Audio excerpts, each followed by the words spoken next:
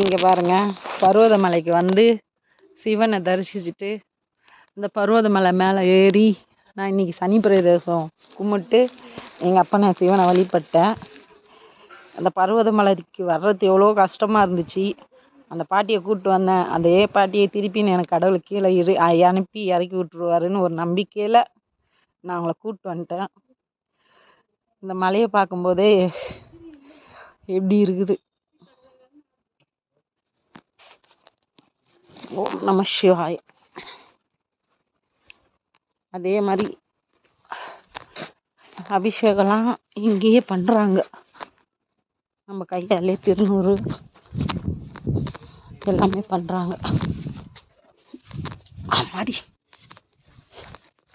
இறங்க தான் கொஞ்சம் கஷ்டமாகுது. யார் அதுக்கு மேலே கஷ்டமாக இருக்குது. கடவுள் எங்கே வந்து உட்காந்துட்டு என்னென்ன பண்ணிகிட்ருக்காரு பாருங்க. அப்பா,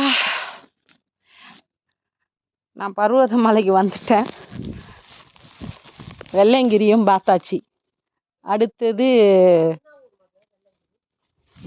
அது கோயம்புத்தூர்மா. மதுரையில் இருக்க சிவன் கோயிலுக்கு போகணும். அடுத்தது இது அன்றைக்கி போக வேண்டியது அங்கே. அதுக்கு இங்கே வந்துட்டேன். என்னை இங்கே கூப்பிட்டுன்னு வந்துட்டார் அவர். என் வாயில் வந்துச்சு பர்வதமலைன்னு. அந்த பர்வதமலைக்கு என்னை கூப்பிட்டு வந்துட்டார்.